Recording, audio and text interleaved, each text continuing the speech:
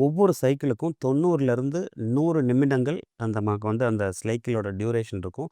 So ஜென்ரலா பார்த்தீங்கன்னா, 7லேருந்து 9 மணி நேரம் நம்ம தூங்குனா தான், அந்த 4லேருந்து 6 சைக்கிள்ங்கிறது நமக்கு நார்மலா வரும்.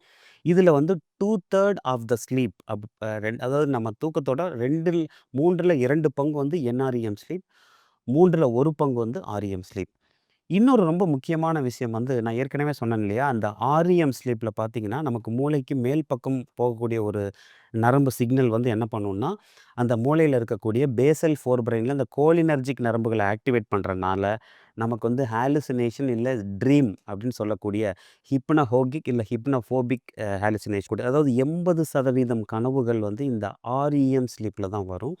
இந்த கனவுகள் பார்த்தீங்கன்னா, ரொம்ப பிசேர், ரொம்ப எமோஷனலி கனெக்டட், எமோஷனலி சார்ஜ்டா இருக்கும். அதாவது ரொம்ப அடிக்கிறது, ஓடுறது, ஒடியாறது. இப்போ நான் நெறைய சொல்லியிருக்கேன் பார்த்தீங்களா, அந்த மாரி எமோஷனலி சார்ஜ்டா இருக்கும். அதனால தான் இயற்கை நான் சொன்னபடி அந்த கால், கை நரம்புகள அது பேரலைஸ் பண்ணியிருக்கு.